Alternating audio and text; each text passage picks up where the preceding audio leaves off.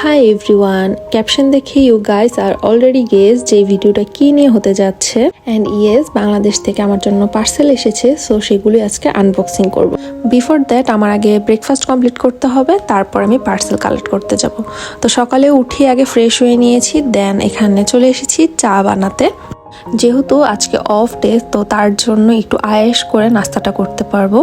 আর আজকে আমি হাতে বেলে রুটি বানিয়ে নিয়েছি। সবসময় তো রেডি করা যে পরোটাগুলো পাওয়া যায় ওগুলোই দিয়ে নাস্তাটা সেরে ফেলি, কিন্তু আজকে মনে হলো যে না, নিজে রুটি বানিয়ে নিই।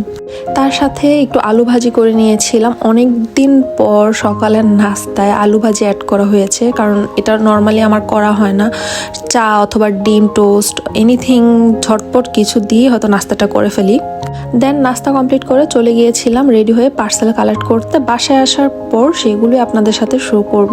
অ্যান্ড হেয়ার ইট ইজ আমার ফ্যামিলির সবচেয়ে বড় ভাই, যে আমার কাজিন এমিল ভাইয়া, তার ভাগ্নির জন্য এতগুলো ড্রেস পাঠিয়েছে। অ্যান্ড প্রতিটা ড্রেস অনেক সুন্দর ছিল। ভাবি পছন্দ করে প্রতিটা ড্রেস এক এক সাইজে সিলেক্ট করাতে আমার সুবিধা হয়েছে, কারণ আমি ঘুরিয়ে ফিরিয়ে পরাতে পারবো। তার সাথে আমার আব্বু আমার জন্য একটা প্যান্ট অ্যান্ড বেডশিট, তারপর আমার বেবির জন্য আরো কিছু ড্রেস পাঠিয়েছে। এই ড্রেসটা হচ্ছে আমার বেবির বড় মামা, আমার ভাই, যে অস্ট্রেলিয়াতে চলে যাওয়ার আগে, তো ও কিছু ড্রেস গিফট করে গিয়েছিল, সেগুলি পাঠিয়েছে। সবাই প্রতিটা ড্রেস আড়ং থেকে কিনেছে। অ্যাজ উই অল নো, আড়ং এর ড্রেসের কোয়ালিটি অ্যান্ড কটন ফেব্রিক্স খুবই ভালো হয়।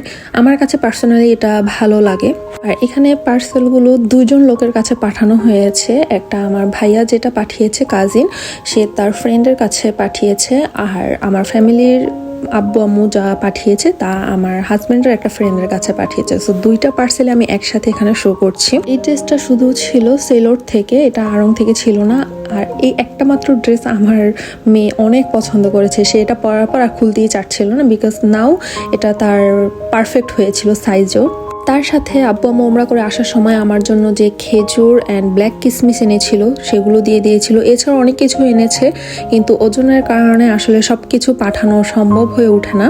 এনিওয়ে, প্রতিটা গিফটই আমার জন্য খুব প্রেশিয়াস ছিল, বিকজ যখনই দেশ থেকে কিছু আসে আর সেটা যদি নিজের কাছের মানুষরা দিয়ে থাকে, এটা আলাদা রকমই একটা আনন্দ দেয়। এটা আমি কোনো ওয়ার্ডে এক্সপ্লেন করতে পারবো না। যাই হোক, তারপর সবকিছু গুছিয়ে রেখে এখন আমার বেবির সাথে একটু প্লে টাইম এনজয় করছি।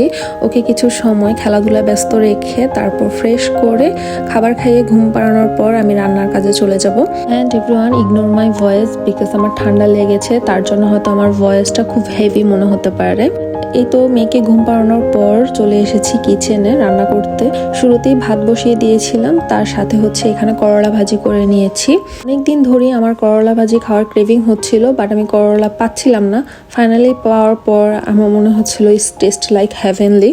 তার সাথে হচ্ছে আমি কই মাছ দিয়ে একটা তরকারি রান্না করব, আলু আর ফুলকপি দিয়ে। শীতকালের যে তরকারিটা হয় দেশে, ওই টাইপেরই। যেহেতু ইতালিতে অলরেডি ঠান্ডা পড়া শুরু হয়ে গিয়েছে, তো মনে হচ্ছিল যে এরকম ঠান্ডা ঠান্ডা ওয়েদারে যদি শীতকালীন সবজির মতো করে তরকারিটা রান্না করা যায়, এটা টেস্ট খুব ভালো দিবে। অ্যান্ড খেতেও খুব মজা হয়েছিল।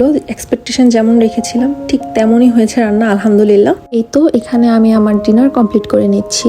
অ্যাজ আমি বিকালে যেহেতু রান্না করি, দেখা যায় আমার হাজব্যান্ড বাসায় আসার পর, তো আমি লাঞ্চ টাইমের পর এনাফ টাইম পাই না যে আমি ভিডিও ক্যাপচার করব। খুব ব্যস্ত একটা স্কেজুয়াল থাকে আমার।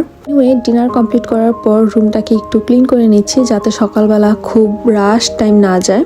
And yeah, that's for all today. I hope you guys all are like my videos. Let me know. Thanks for watching. Allah Hafiz.